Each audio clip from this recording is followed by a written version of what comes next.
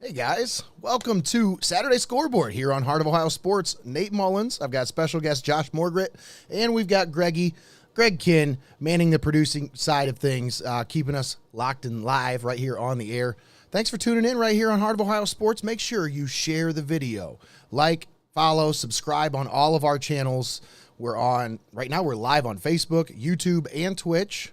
You can also find us on Instagram and Twitter, so make sure you're followed and subscribed. Let's get locked in. Guys, it was an exciting Friday night for football. It was cold. It was cold. I mean, it's getting cold. I don't think it was cold yet, but for some people it's like, hey, it's been 80 for like the last 6 months or 4 months or something. I mean, it was a little bit of a change in temperature for sure. Our sideline guy came up at halftime and he's like, put his hands on me. It was like ice. I'm like, yeah, it's cold down there. So I was on the sidelines in my game, and I had this jacket on and like another jacket on top. My son Bailey is our camera guy, and he shows up in a t-shirt and gym shorts, and I'm like, dude, it's cold. He's like, I feel fine. It's fine. Jackson wanted to wear shorts. He wanted to wear shorts to school yesterday. I'm like, no. It was like 42 degrees yesterday morning. You're not making me look like a bad parent. Yes, I'm not going to be that parent. That's what I mean. I don't think kids get that sometimes. It's like you send your kid to school without a jacket. They are like fighting you. Like, I don't want to wear a jacket. You're like, you don't understand. You're walking to school without a jacket. People see you. They're like, whose kid is that? Why don't they care about their kid? Yeah, no. Son. Exactly. Put your jeans on or your pants on. Whatever. Something. But anyways, let's get into some sports. Let's talk about last night. So scores from the night before is where we'll start out.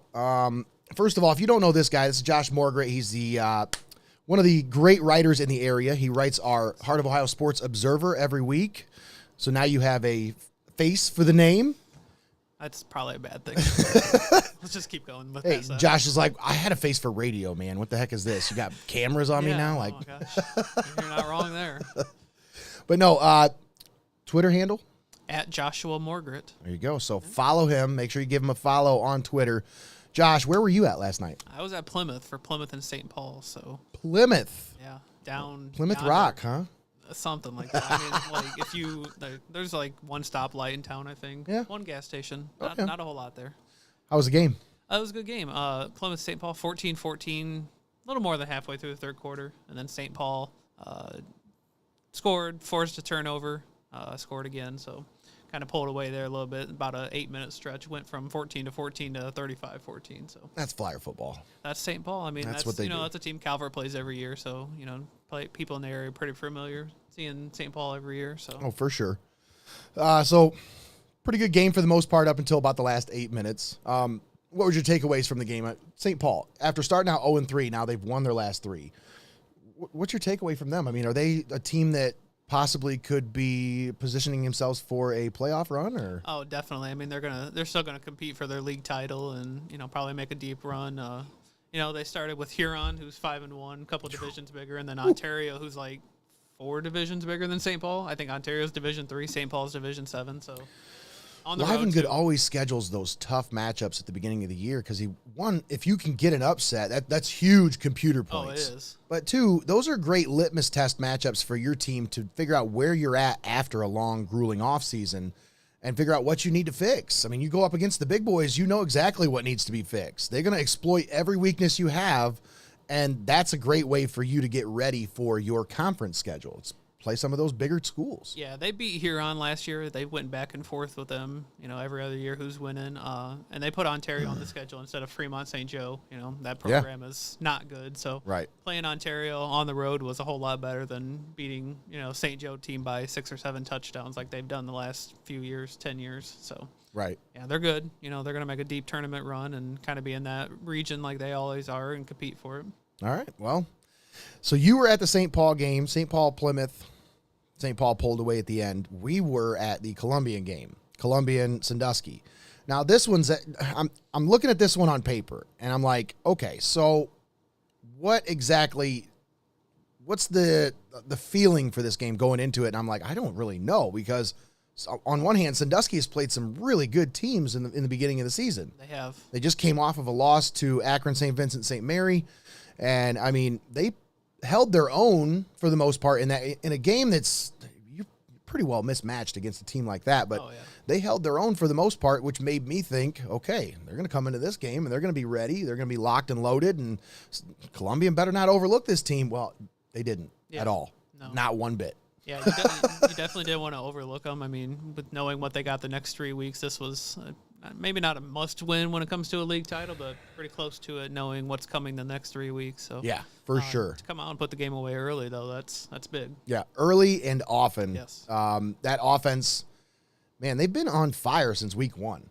I mean, you're talking about an offense averaging over 40 points a game over these last 5 games, and they seem to be. It's like however they want to attack you, they're going to, and they have been pretty successful with it so far. The one thing that's been, I think, a pleasant surprise for me and a lot of Columbian fans is probably Damian Brockington, the play of this young man. Yeah. Our MST Sauce Company player of the game last night, 5 rushing touchdowns last night for Damian Brockington. That's not bad. It's a good day at the office. There are probably some teams that don't have 5 rushing touchdowns in 6 games. Yeah, I can probably go to SBC Stats and pull that up. I bet you're right. It's got to be close. But no, he's at 17 on the season already through 6 games. That's through nice. 6 games. That's almost 3 a game. That's pretty nice. But, as the season progresses, they need that as they get into cold weather football. That's the kind of environment that we're in here in, north central Ohio. It's like, this is going to be cold weather football wherever you play, and you're going to need that run game and the offensive line. And I'm telling you, the run game was one thing, but Josh, that offensive line is really coming together. Yeah, I mean, that's usually the biggest key to a running game is how well the offensive line can perform. And, if they're making holes, that makes it a whole lot easier for Damian. And, it makes it easier for Braden Rogow throwing the ball, too. So for sure. Well, and I've noticed one thing, they really like run blocking. I'll say that right now. This offensive line they're road graders. They're made for run blocking. I think that's why you're seeing such success in the run game. The passing game, he's had some time to throw, but they've been in his face. There was a couple times last night where almost as soon as he got the ball, he had to roll out of the pocket because it wasn't there. But there are a few times when, maybe his feet are a little bit happy. He's trying to get outside the pocket so he can see a little better, I think maybe. That's just an assumption on my part from looking at the game film, looking at the games, watching the games. I've only been to 2 games this year, so I don't know everything about this team, but I can tell you just from watching a few games that I've watched, that offensive line, that's a run-blocking offensive line. And when they want to run the ball, there's not a lot of teams that can line up against them. Yeah, and that's good, too. When you get in the fourth quarter of a big league game and you're up by 7, you want to run that clock off. That's going to be a big key when you want that 6 or 7 minute drive. Even if you get a field goal out of it and go up 10, that's going to be big for Columbian going down the stretch here. Now, my question is, you're getting ready to go into a game with Clyde. So you've got Clyde next week, and then, I'll say it, Bellevue. I'm not on the Columbian coaching staff. I can say that word. It's a cuss word, I know, but Clyde, then Bellevue, and then Perkins. This is the meat grinder part of the schedule right here. And they're all on the road. Yeah, none of them inside Frost Cowno Stadium. They did it 2 years ago, too. That's unpleasant how the schedule falls for them like that. Yeah, and 2 years ago, they had some pretty good results. Yeah. So they need to duplicate that. And you got to think that if you're a Perkins fan, if you're a Bellevue fan, if you're a Clyde fan, they all circle this game just as much as Tiffin Columbian does. Tiffin Columbian's looking at all 3 of these games going, these are the big games. You know damn well that they're doing every one of those schools is doing the same thing. Oh, yeah. So that being said, going into these games, they see Damian Brockington leading the SBC with 17 rushing touchdowns. Is that your number one goal, is shutting him down? That's a solid idea. I mean, if you can shut the run game down and force, Rogo and the receivers to beat you, I can see that being an idea. Braden has really taken another step this year because he's taken over that starting job, full-time starter now. I feel like going into this season, we didn't know what to expect with Braden, but I think there was a lot of high expectations for him just to hit the ground running and take off and run with this thing. It was a little bit of a shaky start, but he has really kind of settled in over these last few weeks and found a groove within this offense. But I think they're not really showing a whole lot, Josh, and I think that's on purpose. Oh, yeah. I don't think they want to show a whole lot because you're just seeing the tip of the iceberg when it comes to this offense. Absolutely. I mean, you got 10 regular season games, and I'm sure they have desires to get back to that state semifinal or further, like they did a couple years ago. So, you want to be playing your best ball in the beginning of November, middle of November. So I think you're absolutely right. There's a lot that you can still see, and some games they haven't really needed to. When you're beating teams by 5 and 6 touchdowns at halftime, you don't have to open up the playbook a whole lot. Right. And that's why I wanted to ask that because, if you're Ryan Carter and his coaching staff, you're going into this game, if you got to feel like if you can shut down Brockington and you force them into a passing situation, you have a better chance to win. But you have Braden Rogo with all of these weapons to throw to. Is that really what you want to do? Pick your poison. That's what I'm saying. Like with this offense, it's like, yeah, you can shut down the run, but you have a D1 prospect quarterback back there slinging the ball to, a bevy of weapons. So to me, it's like you said, pick your poison. Yeah. It's, no offense to the teams they've played, but it's definitely going to get harder the next couple of weeks. That's 3 tremendous coaches. You just mentioned Ryan Carter's state championship coach. Ed Nasanti took a team to the state championship, and Jalen Santoro was his quarterback the year they did. That's right. So there's some experienced, really good coaches and teams in the next couple of weeks for them. Yeah, and this is my favorite part of the year, folks. I know it's football season, so obviously all of football season is my favorite time. But conference play is where you really see, the cream starts to rise, separate. You're going to go Macho Man Randy Savage on us, sir? The cream. Ooh, yeah. Beautiful. Yeah, league play is exciting. You play the teams every year, so there's obviously some matchups you're gonna be favored in. But man, these 3 weeks, if you're a Columbian fan, this is gonna be exciting. Yeah, absolutely. So we're gonna we have what's coming up. It's called the Champs Cut of the Week, where we picked a highlight from the games that we covered. We covered 2 games last night. We were at Columbian, Sandusky, and then we had a crew over at Margaretta as they were covering the Calvert game.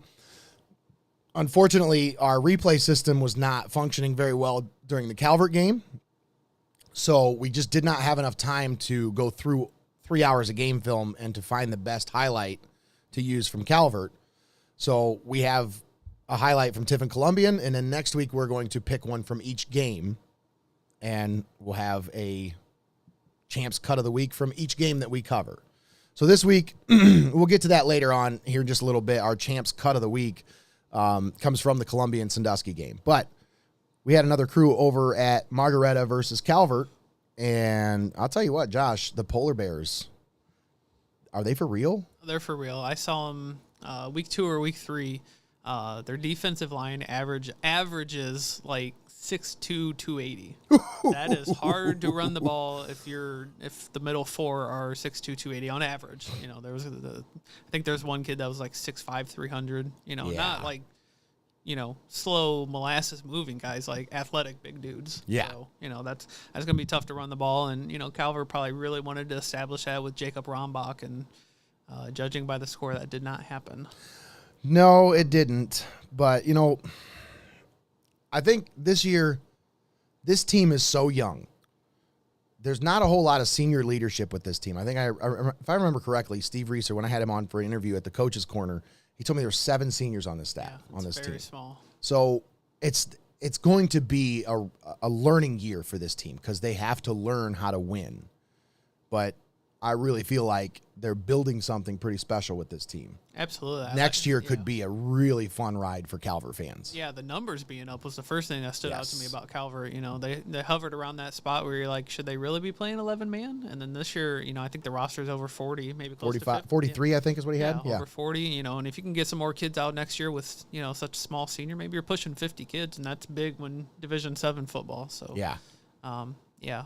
they're not competitive in their losses this year, which is kind of stood out to me. Their 3 losses, I think all 3 of them, there was a running clock at one point in the game, at least 2 out of the 3. So some nice wins, but you want to see a little more competitiveness, a little closer games in those losses, in conference especially. Yeah, absolutely.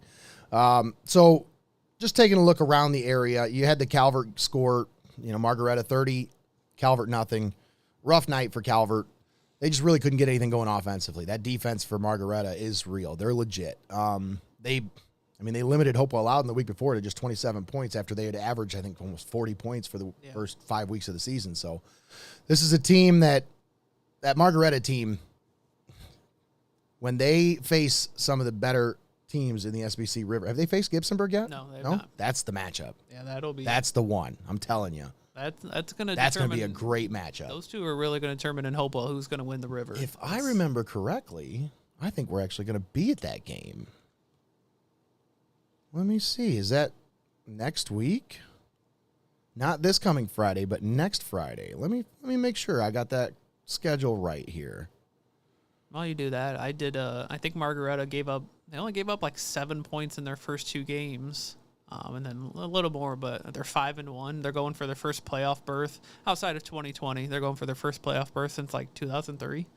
Yeah, so that's a nice part of the river. You know, Margaretta, Hopewell, and Gibsonburg. Those are 3 really good teams right there. Yeah. So because we're not able to cover the the B team game. B team. We're not able to be there for that game. I will just say this, parents, I'm sorry, but I really feel like it's just the schools don't want us there because, well, we're there to cover Tiffin, and they don't want us to cover Tiffin. They want their own guys covering their team. So I think that's really what it boils down to. You'll never get them to say that on record because they're going to try to take the high road, but that's just my opinion. I really feel like that's what it is. They don't want us there. So because we're not there, we will be at the Margaretta and Gibsonburg game. That is the 7th. That's not this coming weekend, but that's next weekend. That one should be for the SBC River, right? Yeah, I mean, Hopewell will have a say in it, too. I mean, Hopewell and Gibsonburg still have to play, I believe, as well. So. Yes. So we got some good matchups coming up on the schedule. Even though we're not going to be at, the big game, the Columbian games, we got some big games coming up on our own. We're finding the best matchups in the area, and we're making sure we bring them to you. But then you look around the area last night, the big game, I think, in this area, carried Colonel Crawford. Absolutely. Blue Devils staying undefeated. What is it now? 18 straight wins? I think it's more than that. They're 6-0 this year, and they won their last 15, so maybe 21. Okay, so 21 straight wins. Wow. That is, Jonathan Mershman has just done an absolutely amazing job over there. Because you think about it, just 3 years ago, we had him out, we had an interview with him, and he was talking about, he had a 3-5 football team talking about getting to that 5-5 mark so they could get that picture. Every team that finishes 500 or above gets their picture in the weight room, right? And that was important to them. That's a big milestone for that program. Every year they want to make sure they make it to 500. Now you're talking about a team who's a perennial powerhouse every year, the last 2 years. What do you get if you win 21 games in a row? Sheesh. An pictures? Extension? Yeah. No, I mean, what they did last year, a raise? Yeah. Jonathan's like, a raise? He better got a raise with that championship. But, man, what they did last year was just incredible. I think this year, so far, is equal. Or maybe all those kids they lost off that team. That was all seniors doing that state championship run. Here they are, 6-0. Last night was the first time they didn't win by 40 points a game.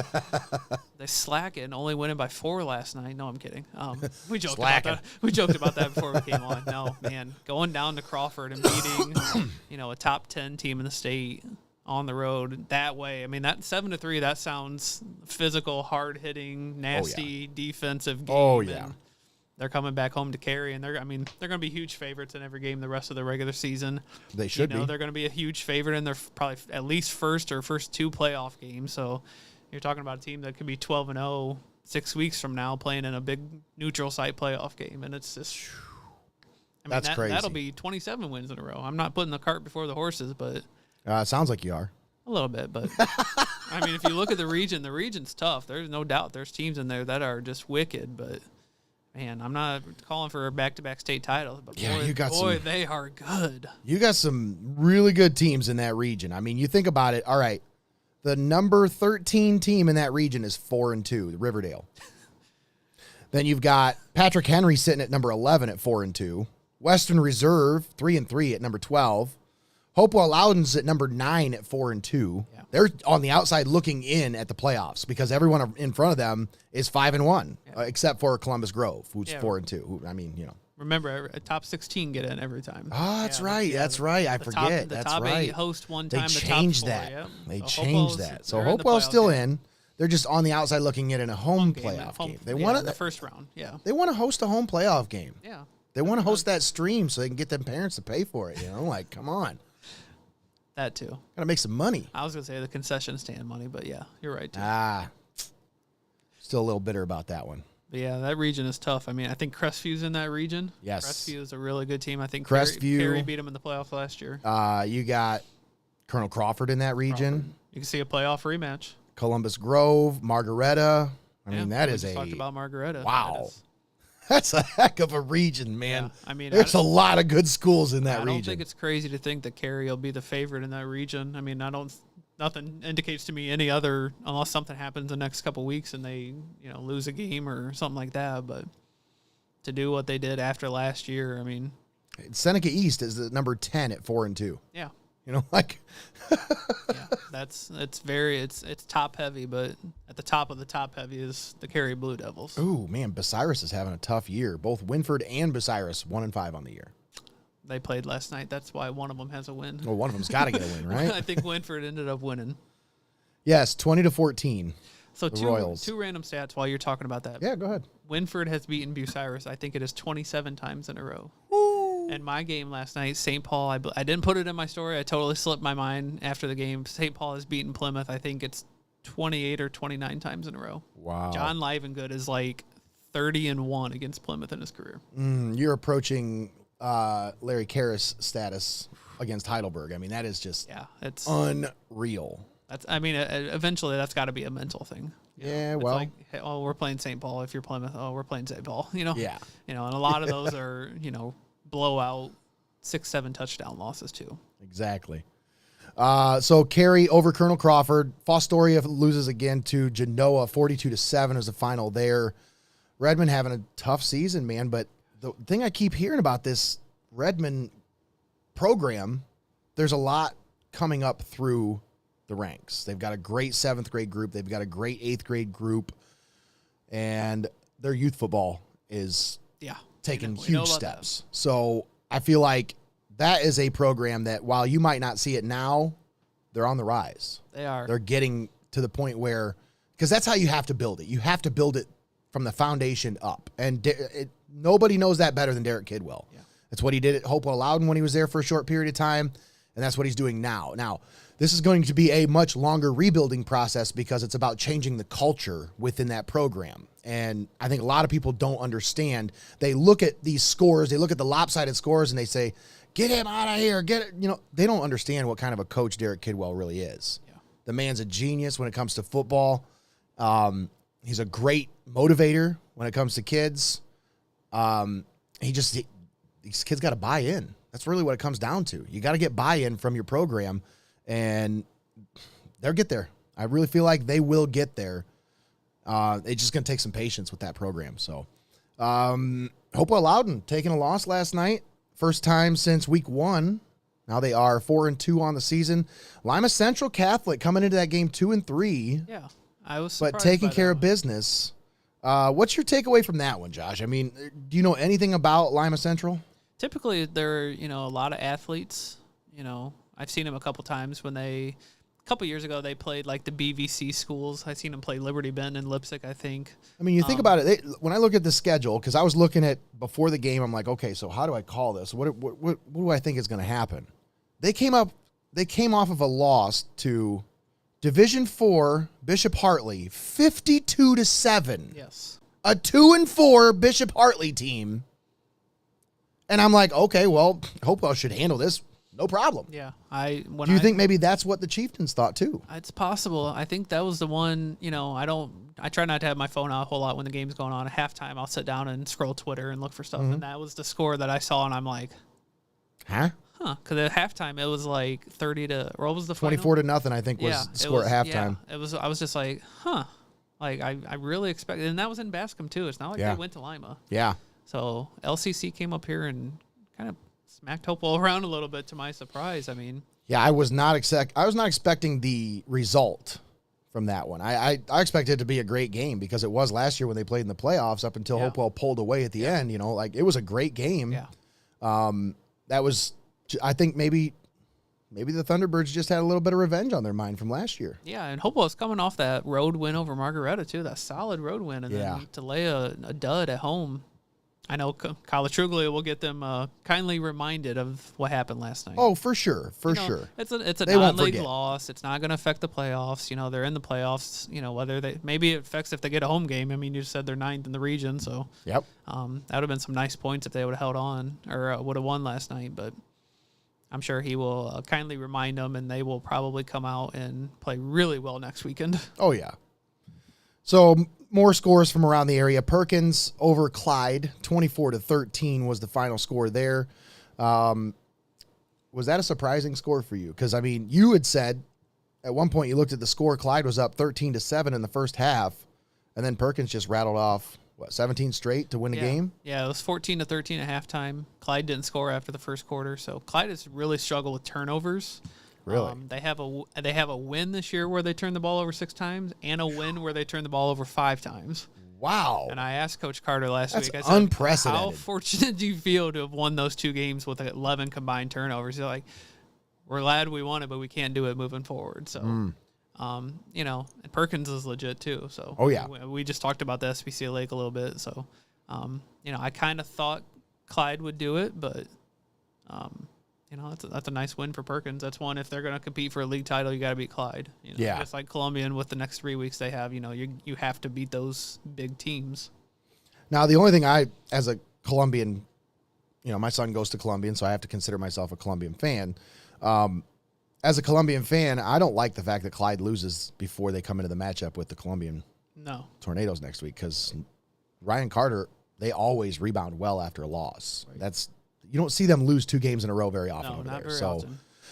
That's one thing that, you know, obviously I know a lot of people think Bellevue is the rival for Tiffin Columbian, but I will say this, Clyde is just as close. Clyde is right there with them. And this is a game that they always get up for.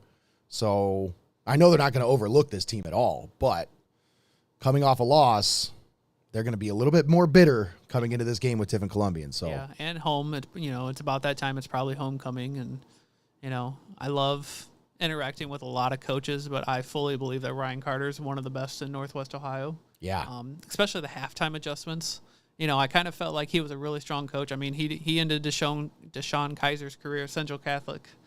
You know, you talked about them not losing back-to-back games. I mean, they lost 3 straight games in the regular season in 2019, and they won a state championship 6 weeks later. So, you know, I really appreciate Coach Carter and really think he's one of the best. And yeah, same thing. He'll have them fired up, ready to go, knowing how good Columbian is too.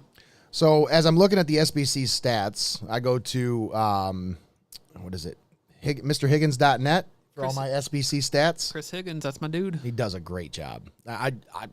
If I ever got a chance to meet the guy, I would shake his hand and thank him so much because he provides me with all of my content for all of our broadcasts. He's a really good guy. Unsung heroes in the community. Chris Higgins, huge shout out here on the program. Thank you for everything that you do for athletics in the area. Yeah, absolutely. For real. Thank you. But I go to MrHiggins.net for all my stats for the SBC. They are already updated from last night. Already. This is how on top of it this guy is. Already on top of it. Updated stats. Logan Lash, is he the real deal? He is. Good Lord, this kid. 82% completion percentage. How is that possible in high school? And I mean, if you factor in the 5 interceptions, it's probably better than that. No, I'm just right. But 16 touchdowns, just 5 interceptions. He's averaging about 12.5 yards per pass or per completion through the air. So what is it about this kid that makes him so special, Josh? You know, I think a lot of it starts with who his coach is. You know, Jalen Santoro was quarterback for Bellevue when they played for that state championship in 2012. And, you know, who better to, well, there's a lot more better people you can learn from, I guess. But when your coach is a former quarterback that took a team to a state championship, that's a nice person to learn from. And for sure. You know, I'm sure anytime he has issues, he's right there in there with Jalen and trying to figure out what the best thing to do to improve is. So, right. man, I know we've said it like 400 times, but Perkins is good too. They're 5-1. They're pretty good. Only loss was to a Division 7 school, but it happens to be the number 1 team in the state at a neutral site too. Not in Sandusky. So Perkins is legit too. I mean, they made it, I think, regional final or regional semifinal last year too. So yeah, that's just good though. They're going to be a team that nobody wants to play come playoff time. I would not. No, because they have a lot of little. Let's just say they have a deep bag of tricks. Yeah. They have a very unique offense. It's very versatile, and they have a lot of different ways that they can attack you. There's not one guy that you can focus in other than Logan Lesh, and good luck trying to stop that kid. Just saying. But they have all kinds of different weapons that they can get involved, and that's a team that, like I said, that's a team to be reckoned with. I mean, they ran the ball a lot last year with Colin Nemitz, and Lesh kind of played second fiddle to him, but he's really breaking out like this year. Like you said, the 82% completion, Yeah. I put that in a story this week too, and I'm like, geez. Well, at one point, I checked the stats. I think it was after week 3 or 4. I think it was after week 3, and they had a 95% completion percentage for him. I'm like, what this has got to be wrong. There's no way. And it was real, but the kid is on fire, and I think a lot of that is the offense. I mean, the offense that they're running is very quarterback-friendly, obviously, because Jalen's putting it together. So. Oh, yeah, absolutely. They got some good receivers, too. I mean, it's one thing to have good quarterback, but got some athletic kids. Like, for sure. I covered them in a basketball game last year, and as freshmen, I was like, these guys are pretty athletic. Well, come to find out, that's the receivers. The 6'4", 180-pound, slender, tall receivers. And how do you say this kid's name? Oprzetic? Sounds good to me. All right, there we go. The 7th leading receiver in the SBC from Perkins, Zach Oprzetic. The 7th leading tackler in the SBC. Sorry, I'm looking at the wrong stats here. The receivers are is Braylon Collier, 2nd leading receiver, 7 touchdowns already on the season, 490 yards through the air, and then Jaden Rowe. I couldn't think of the other one's name, but yeah, they're both good. I mean, sometimes the completion percentage maybe a little bit, throw the bubble, but get some yak and get some yards after the catch and. See what those athletic kids can do on the outside. Yeah, absolutely. You got a couple other kids, Drake Venerucci and Weston Stursinger. Look at you getting the long last names. Yeah, I'm just slow it down, sound it out. That's all you got to do, Those two I would have got for you. The Oprzetic or whatever. He's been practicing all morning. Yeah, Attaboy. I had to do something while I was waiting on you guys to get here. No, just anyways, so Perkins, great win last night. They move on. Who they face this week? Let's take a look. Perkins and Bellevue. Bellevue. That's going to be a great matchup. That is, teacher versus mentor, or I guess that's the same thing. Student versus teacher. There we go. Something like that. 2 5-1 teams matching up in week 7. What a great Bellevue, what a great you know matchup. what? That place is going to be hopping because Bellevue's coming off of 4 straight road games. Yeah. This is their first home game since like August 26th. Wow. Next week, so over a month between home games. So that's crazy.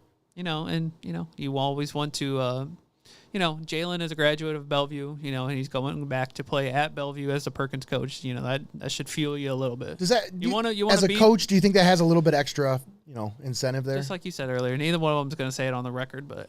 It does. Oh, yeah. Ed Nasanti wants to be. They won't be saying that. It's just like, right now we got television on. Nick Saban's on. Nick Saban wants to be every one of his former assistant coaches. Oh, yes, he does. They're friends. Nick would do anything for him, Nick Saban. Mm-hmm. But you also don't want to lose to somebody, Nope. Him going 1-2 against his assistants last year probably didn't sell well with him. Oh, yeah, that definitely. Just something. I would feel that way if I was a coach.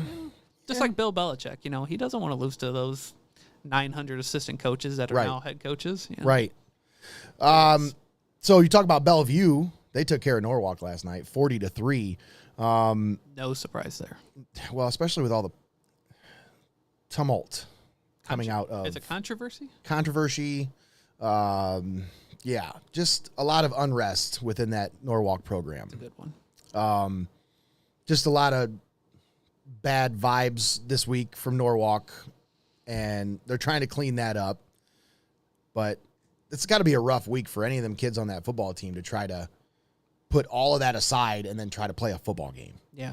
And they're it doesn't help that they're not good. I mean, It's not a competitive team. They're not. And that's not a knock on them at all. It's just that's what it is. They're playing in a tough division. They're playing in a tough conference. And, yeah, it is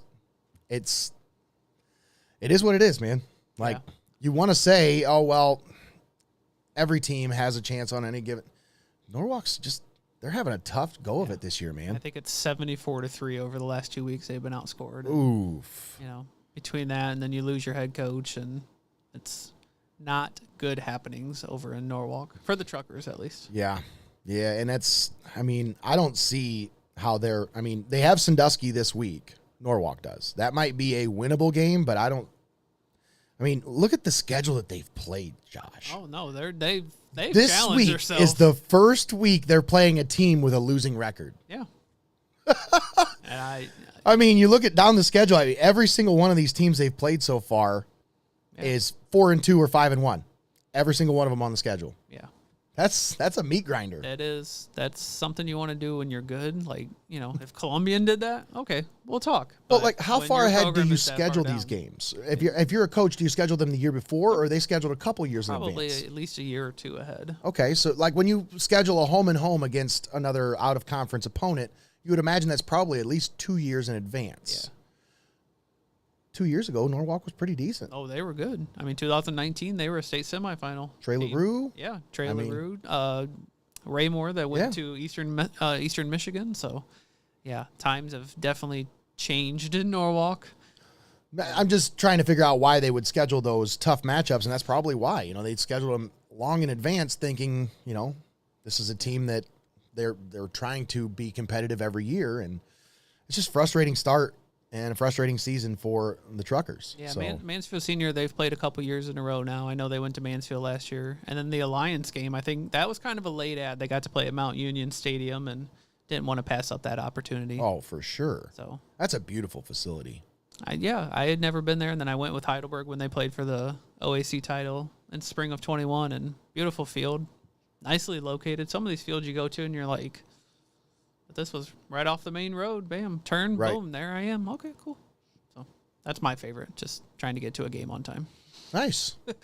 I will say I'm a little biased. I think Heidelberg's facilities, their scenery, just the ambiance of the entire setting that you're involved in. I mean, it's just, you feel immersed within that setting when you're there. Because, I mean, what other football stadium do you know of that doesn't have an opposite visitor stands where you literally have to get comfortable with your opponent's fans? Yeah, I noticed the other night. I know you weren't there for the Ohio Northern game, but those fans. You could hear Ohio Northern quite well because their fans. You know, Ohio Northern's an hour down the road or whatever, and they had a lot of fans that came. You know, the first week against Adrian, Michigan, not so much, but Ohio Northern's fans took up quite their share at Heidelberg last Saturday night. Oh yes, they did for sure. So, you know, that's pretty much it for the scores around the area. You still had the Gibsonburg win over Lakota 44-7. Seneca East with a win over Buckeye Central. Tigers now 4-2 on the season. Yeah. Coming off that big loss to Colonel Crawford the week before. That's a big win to get back into the win column. Mohawk over Upper Sandusky 28-7. The Warriors, let's talk about them for just a little bit because they're now 3-0 over the last three games after starting out 0-3. So back to 500. Eric Daniel, I knew it was just a matter of time before they got things together. With a young quarterback and a young team around that young quarterback, it was going to take some time to gel. Yeah. They're starting to gel. Figuring out how to get Zayden Fry the ball a little bit more, too. Yes. I think he scored 4 touchdowns last night. And that's a guy, at the beginning of the year, they had him, they had intended to use him in like a dual threat quarterback kind of role and a dual quarterback system with him and Ben Bogner. And I think they realized after that first couple of games, hey, let's just find a way to get Zayden Fry the ball in space because we don't want him really running the ball behind where everything's all mushed up. We want to get this kid in space because he can make some special things happen. Yeah. And once they figured that out, boy, I tell you, they've been really firing on all cylinders these last 3 weeks. Yeah, the thing that stood out to me last night was they only gave up 7 points. Upper's got a really nice offense with Caden Holman, and I think it was whatever it was, 28-0 at one point, and then Upper scored late. So if your defense is clicking, they're always going to keep you in the game, and that's a nice win. But like you said, 3 in a row. Yeah, Absolutely. Big time for Mohawk. Ben Bogner on the season, starting to settle in. 45 out of 95 on the season, 47% completion percentage, but that is actually better since his first couple of games because he had a really rough start. Yeah. 5 touchdowns, just 3 interceptions. This is a sophomore quarterback who's being thrust into this spotlight, and in my opinion, the young man's doing a great job. I'm looking forward to the future there at Mohawk because, this experience is invaluable. I mean, you can't put a price on what this does for Ben Bogner going forward because now you're positioned next year and the year after to have a solid quarterback leading your offense, and he's got great experience to fall back on now. What's your outlook for this Mohawk team for this year? Yeah, I mean, it's going to take a stiff rise in competition this week with Cary, and they still have to play Colonel Crawford as well too. So that's 2 out of their last 4 games. So, if they can get to 500, go 5-5, they would be in the playoffs with 16 teams getting in, and another playoff game. But like you said, the future is bright with Ben Bogner. Locked in, solid. I know you and I talked before the season that Eric Daniels pretty open about a 2-quarterback system this year, but Bogner is quite obviously taken over and he's QB1 this year. So I think that's as much of a result of obviously Ben Bogner showing that he can handle that position, but also them wanting to get Zayden Fry involved in different ways within the offense. I think that's really probably the number one reason for the switch away from using Zayden at quarterback is they want to get him the ball in space. Yeah. And that's probably the biggest reason why they made that change. So nothing against the young man. He's had a great season, and he probably would have been a great quarterback had they not had someone else to fall back on. But, with the young man, with Bogner, they're giving him some experience, and this allows them to open up the offense a little bit more with Zayden Fry being able to take on a new role. So, but moving on, that's pretty much all the scores from around the area. We could take a look at the playoff standings right now. I kind of told you Region 22, Division 6. If you look at Region 26, Division 7, right now, teams in the area in the top 16, you have Tiffin Calvert at 15. They're at 3-3 right now. And then that's pretty much it for that region. Usually that region features a lot of area schools. Well, Mohawk is sitting at number 11 as well. So Mohawk at number 11, but Gibsonburg at number 4 as well. So you've got 3 area schools in the top 16 in playoff seating in that region. But usually you see like 5 or 6 teams in this region from this area. It used to be. But with the repositioning of everyone, now you've only got, 3 teams, 4 teams in this area in that region? So. Yeah, St. Paul's in a different region, and Hopewell went up to Division 6, and Lakota's been up to Division 6 and Division 5. So, yeah, it's a little different looking region this year, but which is kind of nice. It got to be where, every team in our area was playing another team in the area. Now it's like, okay, you're a little spread out a little bit more. And for sure. Playing different teams, and more teams, have the chance to advance, I guess. Right now, Waynesfield Goshen, the number 1 team in Region 26, 6-0 on the season. A couple other 6-0 teams, Arlington and Antwerp, both 6-0 on the season. And then you got a bunch of 5-1 teams and some 4-2 teams in that region as well. Looking at Region 22, like we said, you got Cary at number 1. Let's see, Colonel Crawford sitting at number 5 at 5-1. Margaretta sitting at number 7. Chance to host a home playoff game if the Polar Bears can hold on. They're 5-1, sitting at number 7. Hopewell Loudon at number 9, 4-2. Seneca East at number 10, 4-2. And then that's pretty much it for area teams in Region 22. Let's take a look around. Let's see. We don't have any Division 5 teams in the area, do we? Not super close. So let's look at, Elmwood. That's pretty much about it. Yeah. Region 14, Division 4, Bellevue, number 7. Sandusky Perkins at number 3.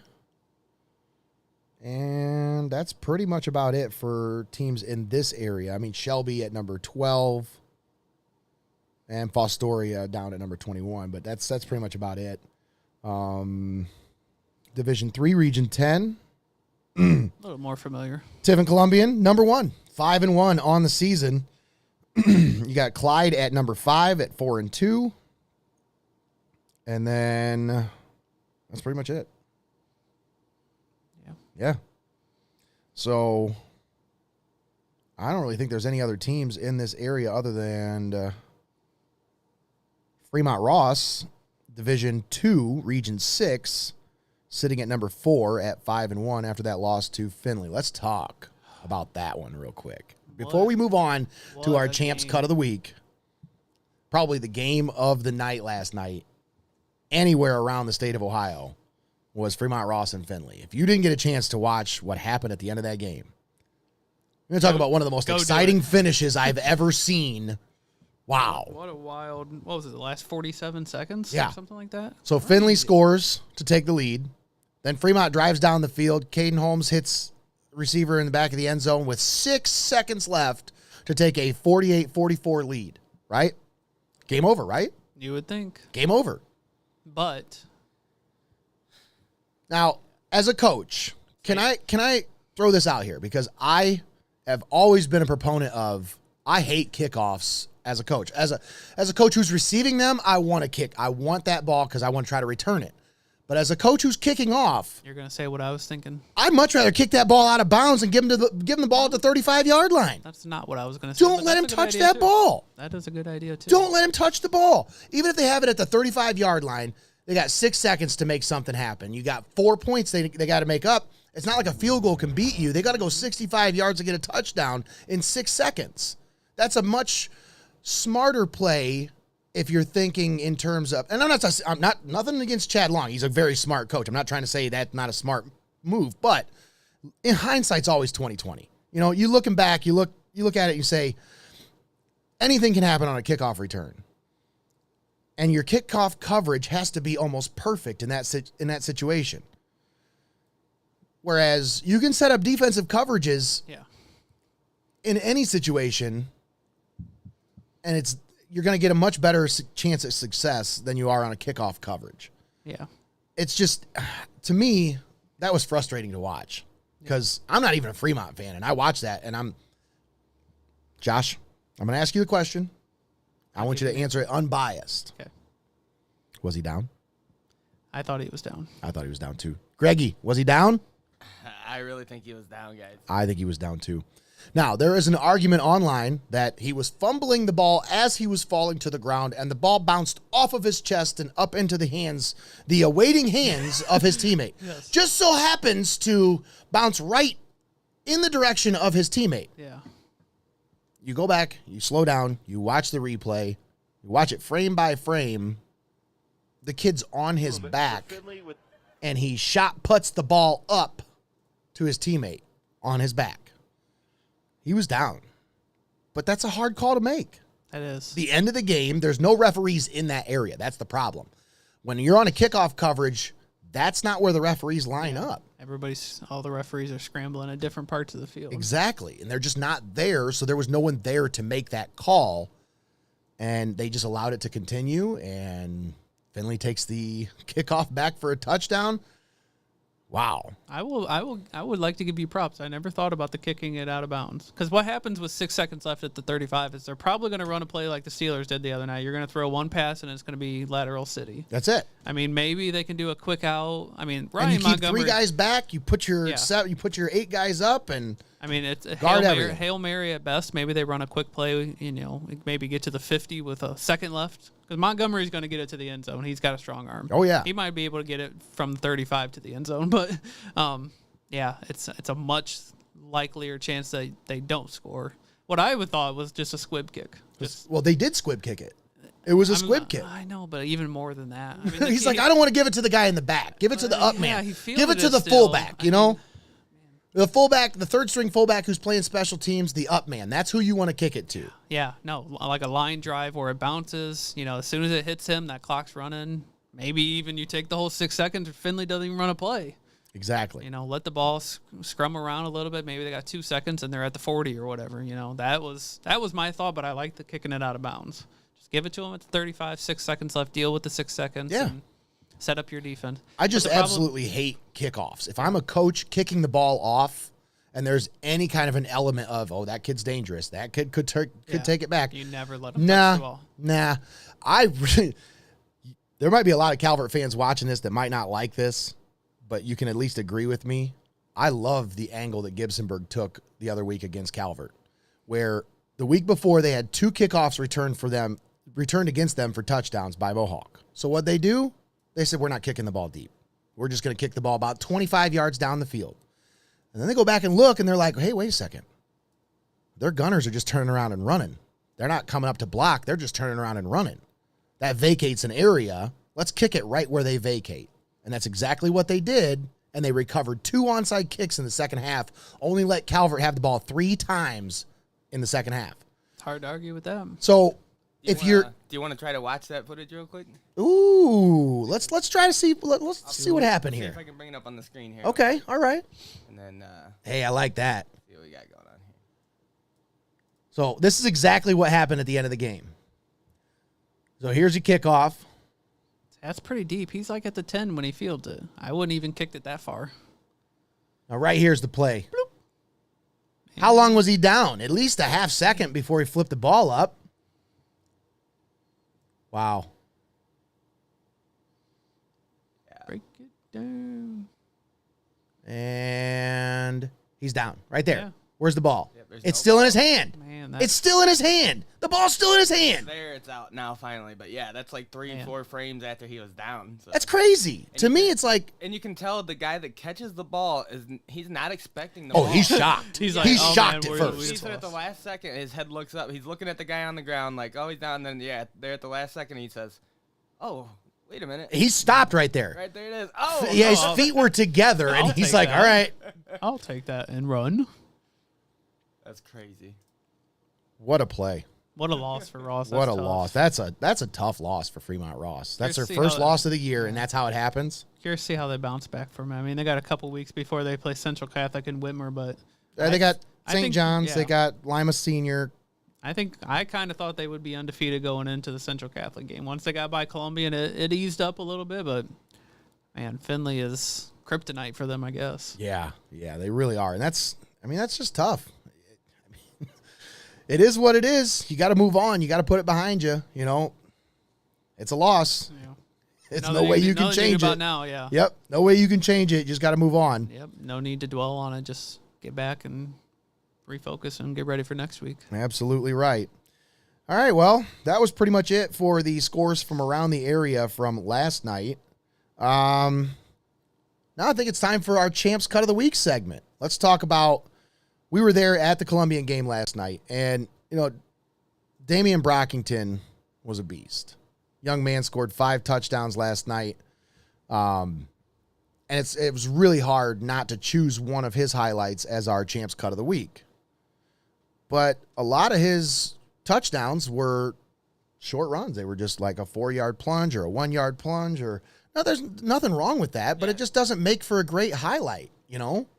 So we were trying to find the best highlight. We want to have the best cut of the week. Champs Cut of the Week. Where do you go when you're looking for the best cut? Well, go see the pros at Champs Barbershop.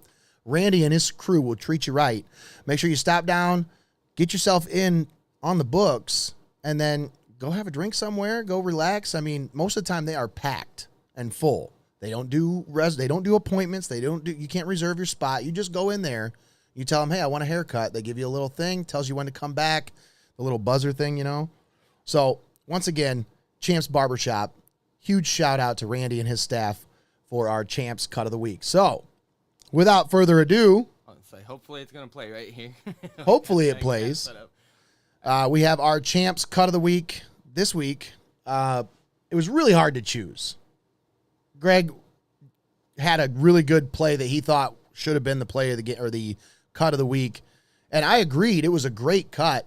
Greg, can we show the other one, or do you want to just show the one that we decided? I mean, I don't want to make it too hard for you here. I'm not trying to make too much work for you. I should be able to throw that in there.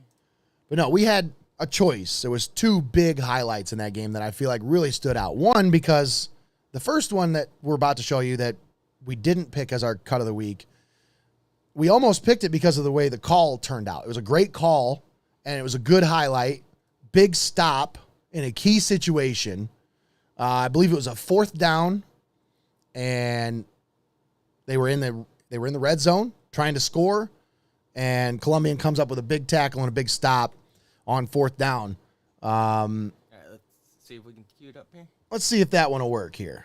Was 3 receivers on the near side So of the here field, one on the is far side. the one that we did not pick. That is Jason Henlin. This one is a tackle Back to by pass. A.J. Bonnell. Look at this. Got a smoke right at the 18-yard line. I picked the kid up and took him back. Yes, he did. Reminded me of Brock Lesnar or somebody in WWE. Yeah. Pick That's him good up, move stuff. him a That's couple- good stuff. Couple yards. Let's see if we can cue up the one that we chose this week. All right, and now it's time for our Champs Cut of the Week. Rogo takes the snap, slings it into the end zone. He's got a man in the Rogo back of the into end the zone. end zone, finds he makes Brady the catch. Gooding Touchdown! in the back left corner of the end zone for the touchdown, and that is your Champs Cut of the Week, brought to you by Champs Barbershop. That is a tremendous catch. Yeah. I mean, it's a tremendous throw. Don't get me wrong. I mean- That you have to be precise. You have not a lot of room for margin. And the or one thing, error you know, there. as a quarterback, it's so hard. Maybe for some it's not. Maybe it's easier for some than others. But for me as a quarterback, it was always hard. And I never played quarterback in professional at all. Never played in organized football. It was always backyard football. But anytime I'd play with my friends, it's always hard to lead a guy or throw it where he's going to be, not where he's at, you know?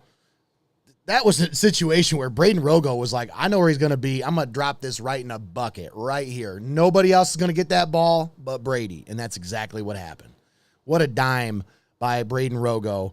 And what a catch by Brady Gooding. Oh, yeah. That young man is really starting to put together some solid tape over these last few weeks with the absence of Jack Corper. Yeah. He's really taking advantage of his opportunities. And that's Yeah. what you got to do. You know what that looked like to me was a college throw and a college catch. It really did. You know, whatever the future holds for them too, but man, that'll get put you that some on looks. the highlight reel. That'll get you some looks for sure. Absolutely. Big time play made by big time players in a big time situation. So, that's our Champs Cut of the Week. Once again, make sure you stop down, see Randy and the staff at Champs Barbershop. Tell them Heart of Ohio Sports sent you down there. If you're watching this at Champs, thanks for tuning in. Thanks to Randy and the staff. Thanks to everybody for all your support. We couldn't do it without you guys.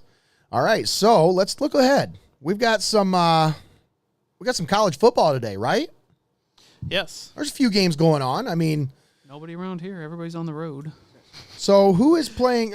Heidelberg is playing on the road today. Yeah. John Carroll. John Carroll is Huge the game. big matchup for Heidelberg. Now, in the past, this has always been one of those games that's kind of like that measuring stick before the ultimate measuring stick. Like, okay, if you can beat them, then it gives you a better chance to beat them. And we all know who them is. We don't need to even mention the purple guys, but I was going to say, which them? No, I'm just saying, you know the purple guys. But John Carroll's always that team before the team. Stolen phrase from Scott Donaldson there, you know. the day before the day before. The team before the team before. No, just so John Carroll's that litmus test. It's that measuring stick. It's that what do we have to compete with Mount Union? Josh, this is going to be a great game, and I feel like this one could go either way because both these teams they're tough. Oh, absolutely. I mean, But Heidelberg's defense this year, Heidelberg's defense, 10 points in 3 games. You know, they gave up a third quarter touchdown 2 weeks ago after they were up 21-0, and then turned the ball over on the first play against Ohio Northern and held them to a field goal. And then, you know, Ohio Northern didn't score the rest of the game. So 10 points in 3 games, man. That's I mean, that's 3 points a game, 3.3 points a game. I was going to say, from the games that we were at and covered so far this year, that defense has been phenomenal. It is. And it's not out. Yeah, and it's not one player. It's Tremont Wiley, it's Zach Blackiston, it's Parker Smith. they are right now on the year for defense. They're giving up 253 yards a game. They're only allowing 85 rushing yards and 168 passing yards, and they're giving up 3.3 points per game. That's good. Now, I know it's only 3 games. Yeah. I mean, but Nate, you touched on it in the very first game about how that defense, they allow some yards to be given up, that bend but don't break mentality. Yes. And that's exactly what their calling card has been so far this year. Is Yeah, give up a little bit, but never give up the score. exactly. And that's Forced 6 turnovers last week. sheesh. So many that Scott Donaldson lost track. I said, Coach, what do you think about the 6 turnovers you forced? He said, we forced 6. I'm like, yeah, you had 4 interceptions and 2 fumbles. He's like, oh, okay. I don't even pay attention to that. Oh, okay. Which, coming from a defensive-minded coach, I figured he was going to tell me about each 6, but then he didn't know there was even 6. So, man, no, you're right, though. The defense, I mean, and like I said, it's from everybody. The defensive line, you know, like I said, 4 interceptions last week against Ohio Northern, who usually has a pretty good passing game. Yeah. You know. Well, and they've played them so well the last couple of times. You know, the spring game a couple years ago, Yeah. I mean, that was a great game. Yeah. But it was... Came down to the fourth quarter. Hopefully Nate didn't shake Tyler Terry's confidence too much this week. I handed him a pretty bad loss on Madden, so... Oh, that's right. We'll Okay, blame I you if remember he now. doesn't have a good game. Yeah, well, you know, maybe he won't come on with us anymore if he hasn't been. No, I'm just playing. I was going to say, they lose today. He'll never talk to you again. Oh, no, that's not. No, I'm No, we kidding. don't want that. I like Tyler. He's a good No, kid.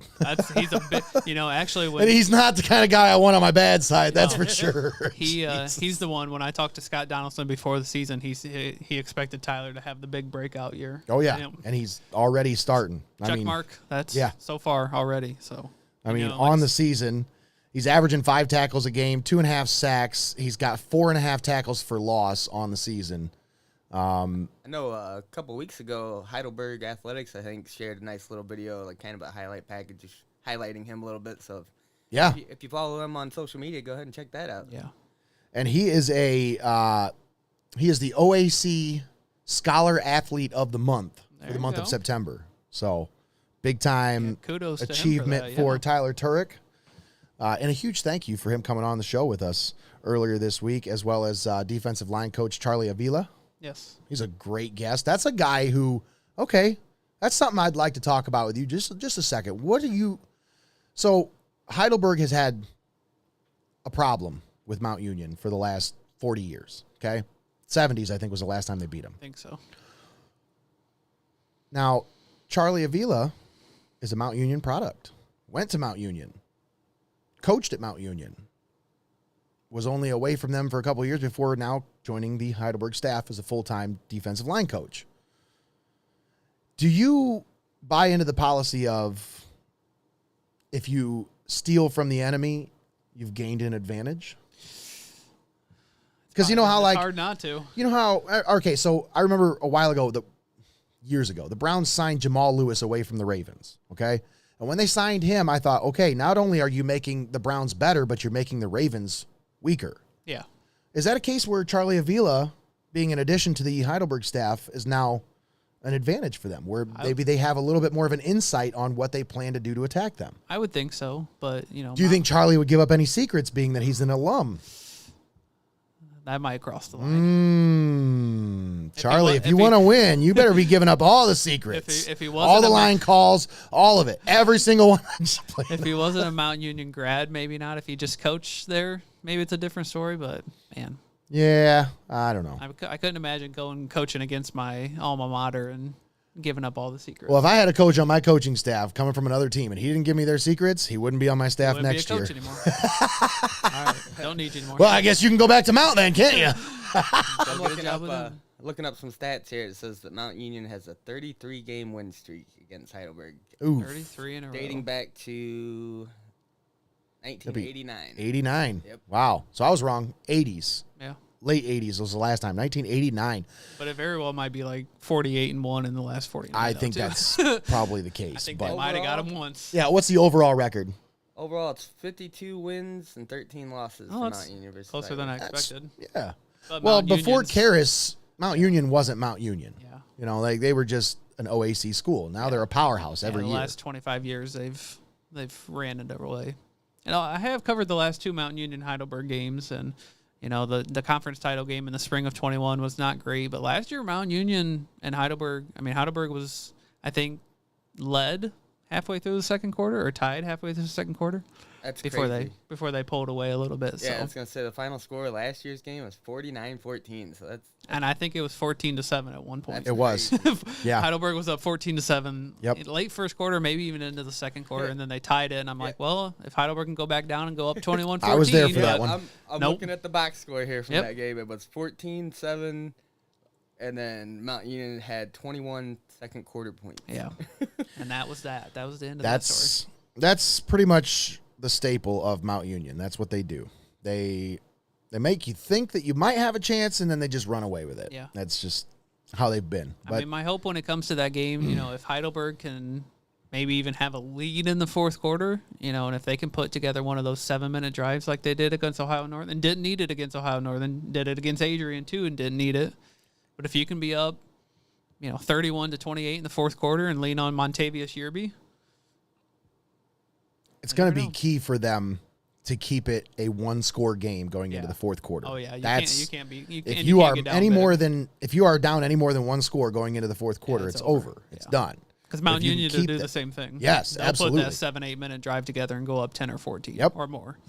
So and you can't get down early. You can't get down. You're never going to come back 28-7 or something like that. No. That's never going to happen. And that's why I say in very many games, much less against Mount Union. That defense is so key if they're going to have a chance today and against Mount Union. They've got to get key production from that defense.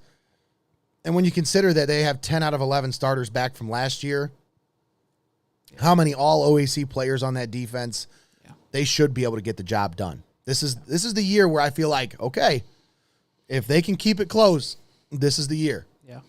If there was ever a year they were going to keep it close, this would be the year. Keep it close or win. Absolutely. I mean, we talked off the air. I would love to see it. Oh, that would be like I said, off the air, we were talking about it. That'd be a statement win for this entire town. Oh, yeah. For the program, yeah. For the program, absolutely. Yeah. But, I mean, you want to talk about, App State went nuts after they beat Texas A&M. Can you imagine the streets of Tiffin after Heidelberg beats Mount Union? You think we'll have that same kind of celebration, Greggy? I mean, that's like come outside the studio with my camera and watch fans from each side of the street just collide? No. I mean, it feels like a David and Goliath type thing when you really only had like 2 games in the past decade that we were in like close, somewhat close. I mean, other than that, they've been blowouts. So Heidelberg definitely has a chip on their shoulder that they're going to want to get off here this year. Yeah, and it's going to be interesting to watch this season unfold over the next few weeks because you got some great matchups. They're getting into conference play now. So, I mean, anything can happen. I mean, that game's at Mountain Union this year? Yeah, it is. I was going to say, if Heidelberg wins today... It was at home last year because I was there for it. If Heidelberg wins today, I wouldn't be shocked if that's undefeated Heidelberg and undefeated Mount Union, 2 top 15 teams in the country. Yeah, if they win today, they're obviously in the top 15. They should be. Yeah. I mean, I think they're 19 right now. So John Carroll and then Muskingum. Yeah. Before Mount Union. John Carroll's only 1-1. They only played 2 games and they lost. I think they lost their first game and then they bounced back. So yeah, I would think Heidelberg's probably the favorite. You would think.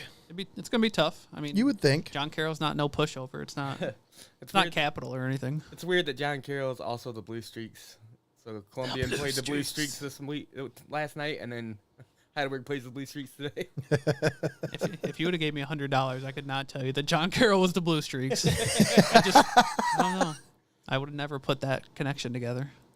You look at John Carroll on offense. They're averaging about 372 yards a game, 148 on the ground, 224 through the air, averaging almost 24 points per game.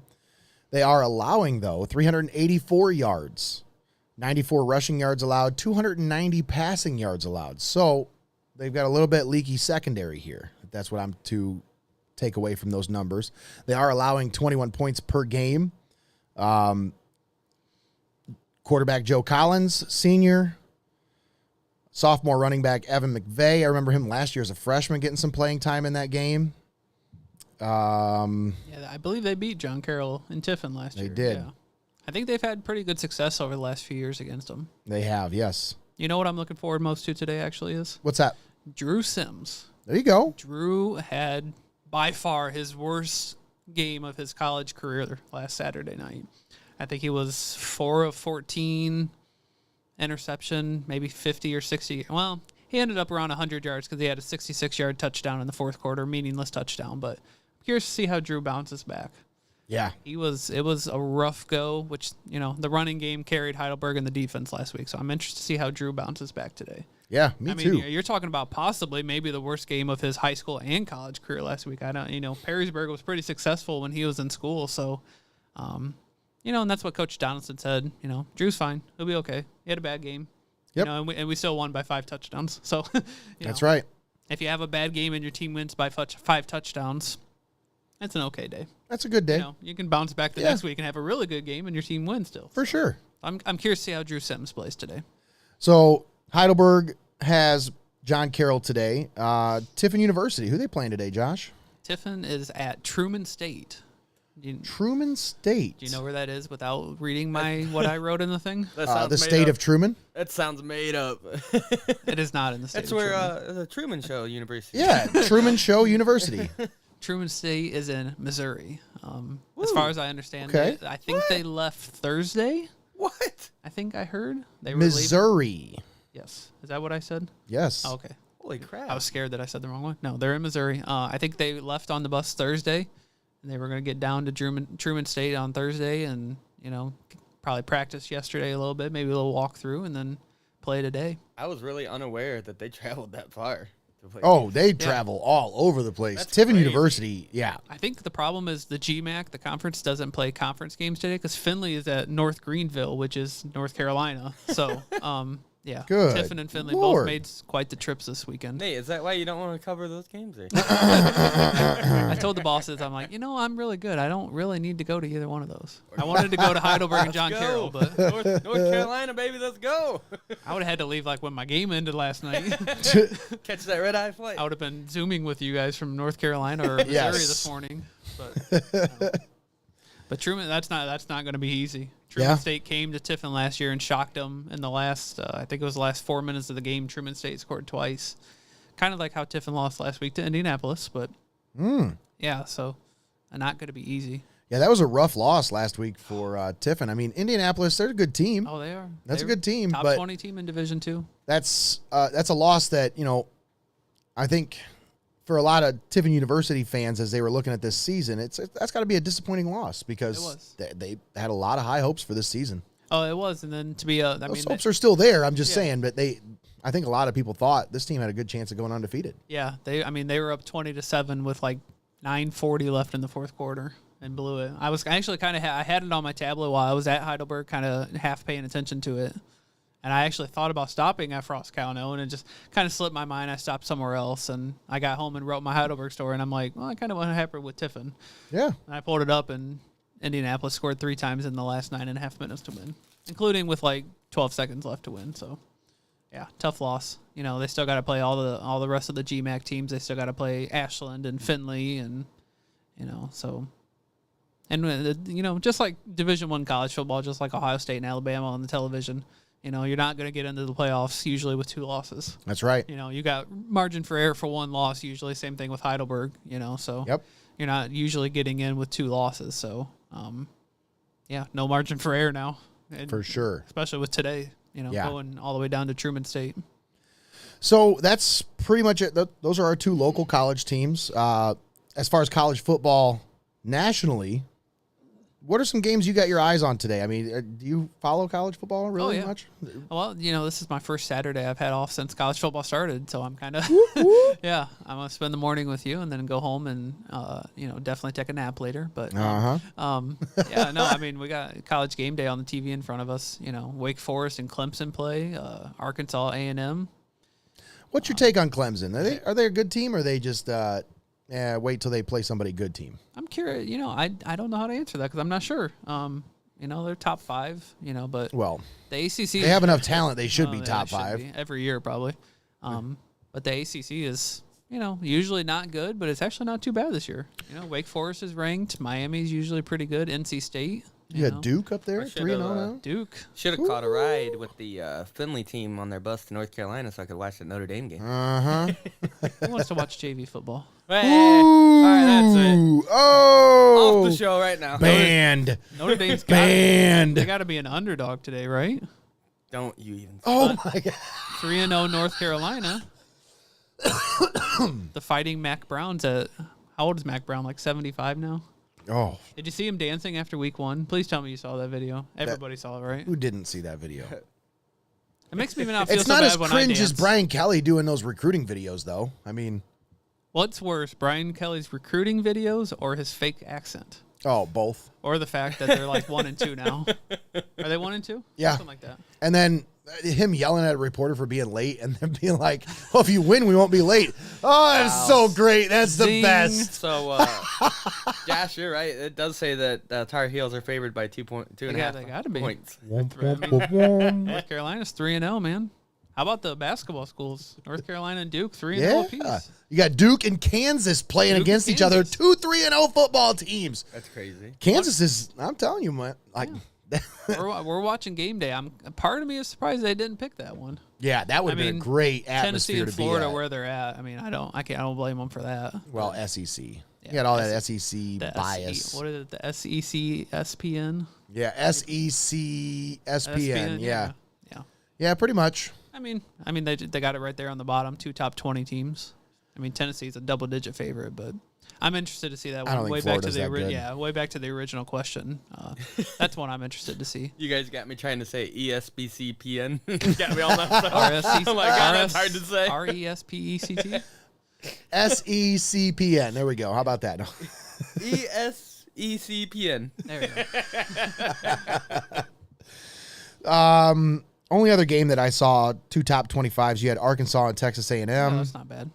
That's pretty much it. All the top 25 teams are playing underdogs. Georgia playing Kent State today. It's on the television right there, just in case you want to watch it on ESPN Plus. Yeah. Well, they put that on the X stream, huh? That's that bad? Yeah. I will say I'm impressed by Georgia. I mean, the same thing. They lost a lot of players off that national championship team, and talk about good defense. I think they've given up like 10 points in 3 games too. So wow. I mean, what's your take on Michigan? Number 4, playing Maryland. Obviously, that's going to be a blowout win. But have you seen the teams they played though? They have played nobody. Absolutely nobody. Like I think. But you got to play who's in front of you. You know, you can only play the teams on your schedule. I mean, all the big schools typically start with horrible teams. I mean, Ohio State played Arkansas State 2 weeks ago. So you're so lucky. I thought you were going to say. I mean, Ohio State played Notre Dame. Ohio State started with JV Notre Dame. No, I'm kidding. But no, I'm interested to see once Michigan gets into the Big Ten. I mean, I thought the same thing last year, and then they made I love that sign. I don't know if we're allowed to read it, but I thought the same reptile dysfunction. Florida Gators, a reptile. Florida Gators, a reptile dysfunction. Hey man, that's wholesome, pretty damn good. That wholesome smack talking right there. That's right. That's really wholesome. Not saying anything bad. So. I liked it. What were we talking about? Michigan. Michigan. Yeah, Michigan. I thought last year the same thing, and then they can go through the Big Ten and beat Ohio State and make the playoff and stuff. So I'm interested to see. I mean, Maryland's not a bad team. Yeah. I mean, Michigan. I don't think they're winning by 6 or 7 touchdowns today, but I think they're good.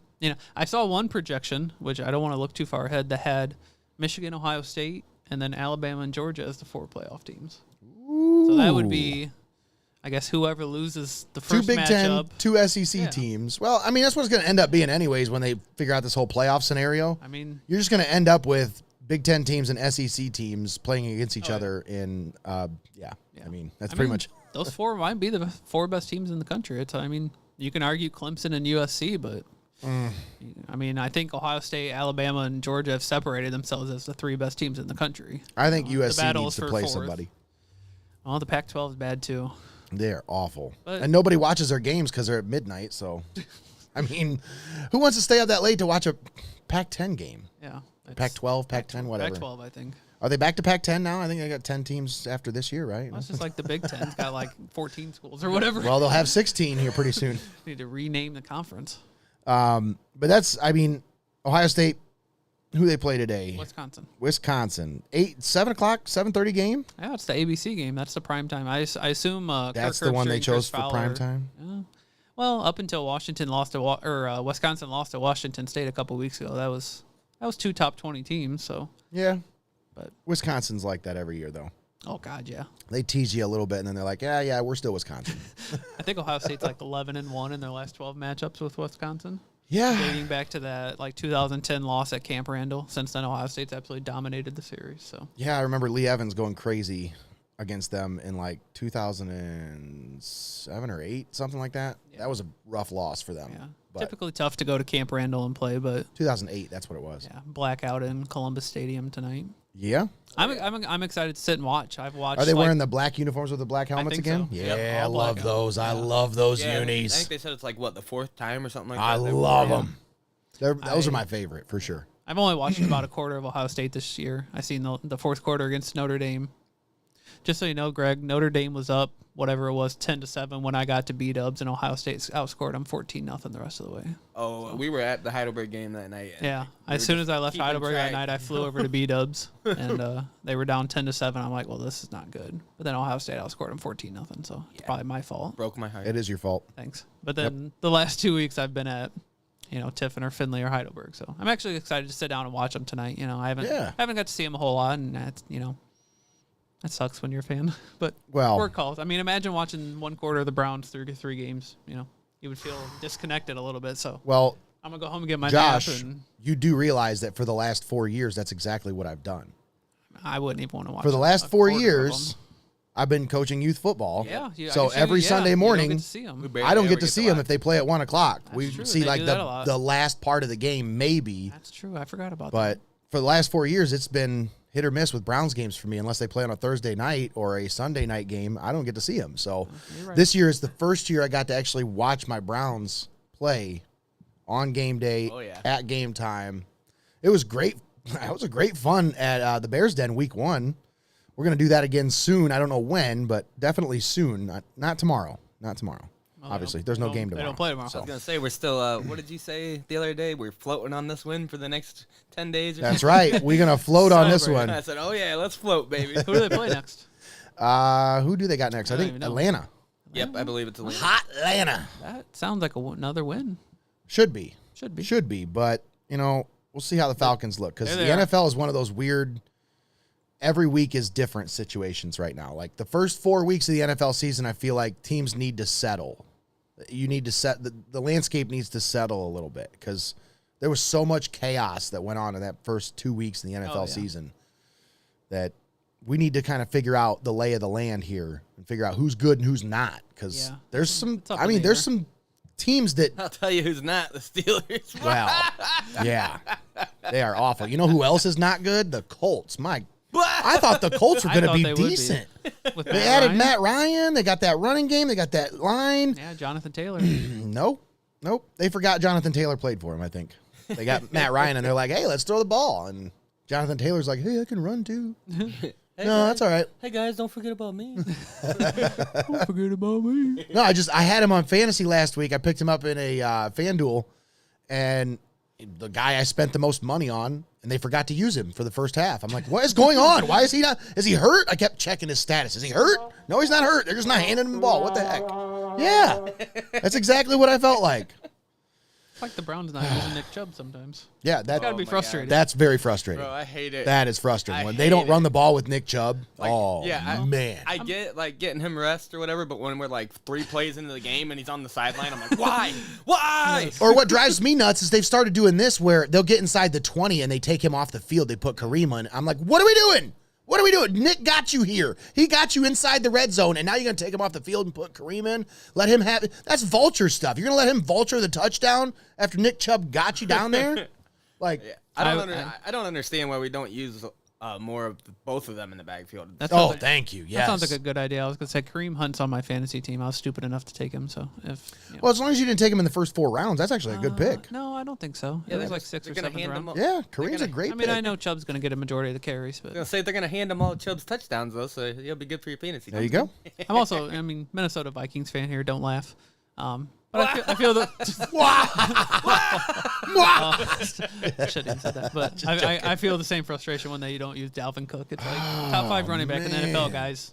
We don't need to have Kirk Cousins do everything. Oh my goodness. Kirk Cousins is. That was a rough game. Yeah, that was a rough game. Let's for not Vikings. even talk about that. Next segment, please. You don't like your Cousins? With a JV. Not him with 3 red zone interceptions. JV NFL team, the Vikings. Yeah. We're even. We're even. You know what the most frustrating thing is? And I think you can relate as a Browns fan, is they embarrass and they make Aaron Rodgers and the Packers look like a JV football team. And I'm like, hot diggity dog, this is the year. Yeah. And then they score 7 points on Monday Night Football against the Eagles. I thought the same thing. All right, okay, I got you now. Well, and I thought the new coach, O'Connell? Yeah. I thought he was going to be a great addition for them. And that first week, I'm like, all right, this is going to be perfect. I'm like, the best kind of coach for Kirk Cousins. He's going to get the most out of these receivers, and you're going to see an explosive offense. And then that, yeah. Yep. I mean, it's similar to and not super similar, but kind of the Browns, They got the week 1 win and then the tough week 2 loss. So play Detroit on Sunday. So that's one you definitely want to get. I believe it's in Detroit, too. It's at Detroit. It's on Fox. So I tell you what, man, after those last 2 seasons, I think that Aaron Rodgers just decides to start the season a week later. He should. Because he come out against, the Saints last year, and they got stomped. Yeah. And then the next week, they're fine. And then this year, they get stomped the week going by the Vikings, and the next week, they're like, we're fine. Probably going to play in the NFC Championship game like every year. Yeah, exactly. Just does whatever from now until then. Well, I mean, aside from looking at pro football tomorrow, which, I mean, Browns aren't playing, so you already talked about your game. So, I mean, there's really nothing else we can talk about, guys. That's pretty much it for the Saturday Scoreboard show today. It's 11 o'clock, so this gives you plenty of time to get settled for your games of the day. I know Ohio State's not playing until 7:30, but there's some other games going on. You can watch Kent State get destroyed by Georgia at noon. So I mean, that'll be over like 5 minutes in. You can watch Kent State get destroyed by Georgia. What a gentleman. But, yeah, that's pretty much it. I want to give a huge shout-out to our Champs Cut of the Week players. You got Braden Rogo and Brady Gooding. Great job on the connection there. Huge shout-out to Randy Ware and all of his staff over at Champs Barbershop for sponsoring our Champs Cut of the Week segment. And thanks to Josh Morgret for coming on with me today, man. Appreciate your time, as always. Thanks to Greg Kinn for coming in early on a Saturday and keeping us live and locked in, suffering through the back pain, and making sure that we give you the best quality production because that man's doing his job the best to his ability. So huge shout-out to Greg Kinn. And shout out to all of you watching. If you're watching this far, if you've been with us this whole time, please take some time to share the video. It helps us so much. I'm telling you. You just don't know how much it helps us.